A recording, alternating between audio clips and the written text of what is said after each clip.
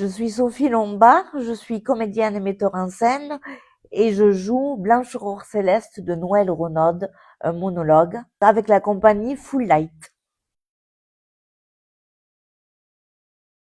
C'est l'histoire de Blanche Aurore Céleste, c'est le prénom du personnage principal et c'est un monologue d'une heure qui raconte sa vie. Donc elle fait un point sur sa vie et répertorie tous les hommes qu'elle a rencontrés et toutes les vies qu'elle a eues à travers ces hommes, avec des histoires plus ou moins joyeuses. Donc c'est à la fois drôle et émouvant. Elle a une capacité de résilience assez impressionnante. C'est un monologue d'une femme plutôt marrant qui retrace sa vie. Oui, c'était divertissant, c'était peu comme une biographie, mais c'était léger. Seule en scène avec une aventure féminine débridée. Pour moi, c'est un petit peu comme la conteuse. On est là, on a une histoire qui se déroule au fur et à mesure, et puis en plus, c'est au niveau du choix des mots, c'est joli. Moi, ça m'a beaucoup plu. J'espère que les gens retiendront après le spectacle que la vie continue malgré tout et que toute expérience est bonne à prendre.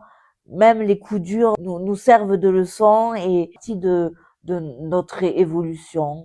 Le chien qui bouffe tout le monde, ça m'a marqué. Non, moi c'est vraiment l'enthousiasme aveugle qu'elle pouvait avoir pour toutes les rencontres qu'elle faisait, qui étaient pas forcément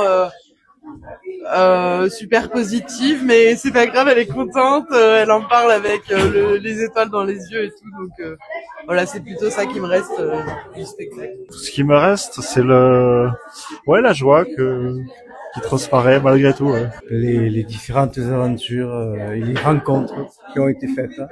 J'aime beaucoup la fin où en fait on peut courir après une chimère, on peut vouloir avoir un rêve, c'est s'installer, mais que c'est dur de lâcher la liberté.